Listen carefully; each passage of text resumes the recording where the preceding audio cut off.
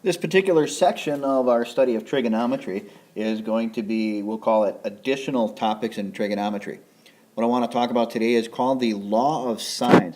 Law of sines is actually pretty unique. You'll notice the triangle that I have here is a scalene triangle. It is not quite a right angle triangle. And how do I compare sides and angles? Well, let's take a look here. What I want to do is start by picking an angle. I'm going to choose A, and I'm going to drop an altitude.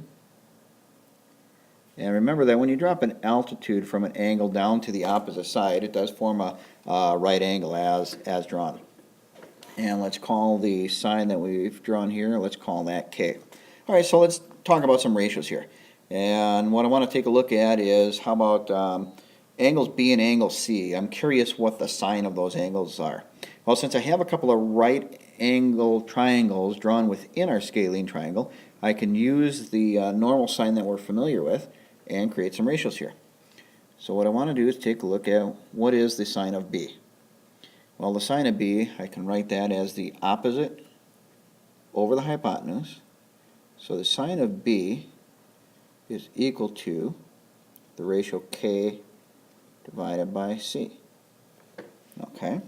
Let's take a look at angle C for a second there too, and let's do the same thing there. Let's consider the fact that the sine of angle C is equal to the opposite side, which is K over B. Okay? Well, with a little bit of manipulation here, I can solve both of these equations for K.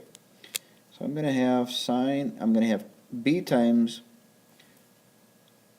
the sine of C equal to K. And I'm also going to have my other equation then. I can change that up, and I'm going to have C times the sine of B equals K. All right, so how does that actually matter to what we're working on right here? Well, what we can do is we consider that these two equations, we now have two equations written that are both equal to K.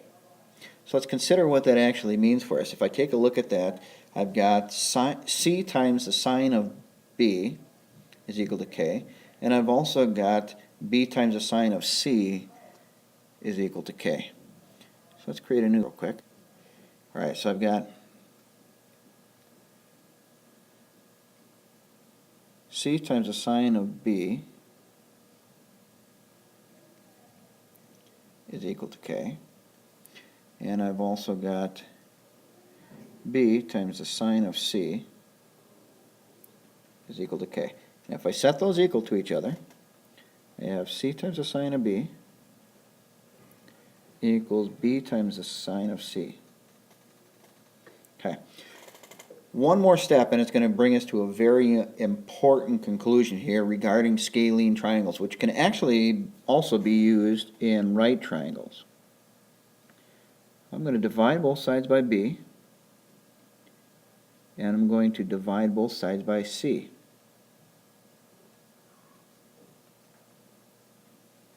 And what I end up with here is a ratio. You remember that sine of B, the sine of that angle B, divided by the opposite side, little b, is equal to the sine of C over C. Very important relationship that we have there. So let's consider what happens if I do a different one. So far I've shown that the sine of our angle B, I've shown that the sine of this angle here over our side length B is equivalent to the sine of this angle C over the length of this side C. If I drop another altitude, doesn't matter which one I drop. Let's see, since I've already done A from A to side A, let's do from B to side B. And the altitude we drop from angle B to side B, we'll call that H. And we can set up similar relationships as what I had earlier. So I can be looking at the sine of angle A is going to be equal to the side H over the hypotenuse C. And then I've got the sine of C is going to be equal to the opposite side, which is H over the other triangle hypotenuse, which is A. Okay, change up those relationships a little bit then. I have A times the sine of C, and I have C times the sine of A. And those are both equal to H. All right, so again, I've got a relationship here that I can set things in common. And first thing, we'll take that C sine of A, set that equal to A sine of C, divide again, and we're going to be left with sine of A over little a is equal to the sine of C over little c. Okay, and we already had previously said that the sine of C over C was also equal to the sine of B over B. So there you have it. You got your law of sines. And very important relationship here when we're studying triangles that are not right triangles. We're able to use this and to be able to solve numerous real-world trigonometric problems. Don't forget, too, that with the sine over the opposite side length, we can also take the reciprocal of these. So we could have the length of our side, A over sine of A, is equal to B over the sine of B. And that is also equal to C over the sine of C.